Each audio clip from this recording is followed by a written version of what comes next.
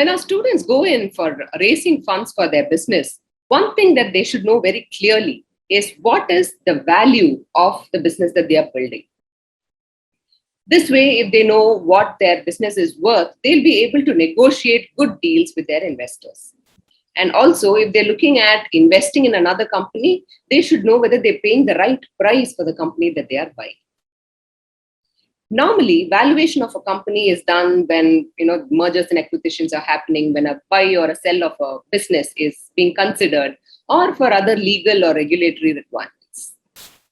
In this video, we're going to be looking at 3 critical ways in which companies are valued by professionals. The 3 ways in which company valuation is done are replacement cost method, absolute valuation method, and relative valuation method. Replacement cost method. In the replacement cost method, it's very simple and it's a very logical way of looking at it. The fair value of the company that is being valued is the estimated cost of rebuilding or replacing all the assets. This method is very popular when valuation of a real estate or an infrastructure company, a commercial property, or a special use property is being done. This method is not very popular to value service-based industries, or finance professionals normally don't use this very commonly while valuing an ongoing concern. What method do finance professionals normally then use? The other 2 methods, which is the absolute valuation method and the relative valuation method. In the absolute valuation method, the current value of future cash flows of the company is assessed using a discount rate to arrive at the fair value of the company. For example, if a business will generate 100 rupees in profits or dividends over the next 10 years, growing at a certain rate, what amount, if invested today, will compensate for at least the cost of borrowing that amount? That is considered the fair value of the company. The most common methodology that is used to arrive at absolute valuation is called the discounted cash flow method. The fair value of a stock is taken as the present value of all future cash flows at a discount rate, and the cash flows considered in this model can be either free cash flows to the firm, or it can be cash flows that accrue only to equity investors. Free cash flow represents the cash a company generates after accounting for all the cash outflows that support operations and cash outflows that are necessary to maintain its capital assets. Some investors prefer to use the free cash flows or free cash flow per share over earnings or earnings per share as a measure of profitability, primarily because these metrics remove non-cash items from their income statement. FCF or free cash flow represents the cash available for a company to repay creditors or to pay dividends and interest to the investors. When it considers only cash flows, the discounted cash flow method is used. But when a company considers dividends, then the dividend discount model is used. The third model is the relative valuation model.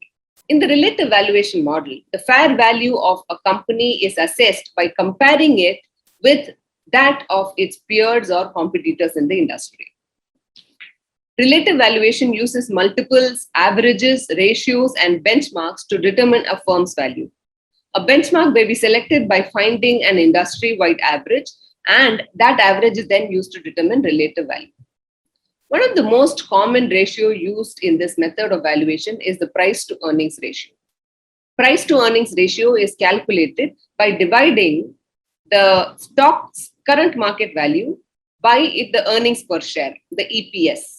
Right? The price to earnings ratio expresses a company's share price as a multiple of its earnings. The PE ratio of a company is then compared with the PE ratio of similar companies in the same industry or that of the benchmark to assess whether the company's valuation is high or low or fair. If a company pays out the earnings of its shareholders as dividends regularly, then the market price of the stock is compared to its dividend, and a ratio called the dividend yield is calculated for comparison between peers, which is also an accepted ratio. A variation of this is the PEG ratio, which apart from taking into consideration the price and the earnings of the company, it also considers the growth rate expected for the company. High growth companies command a premium over moderately growing companies, even if their earnings are similar.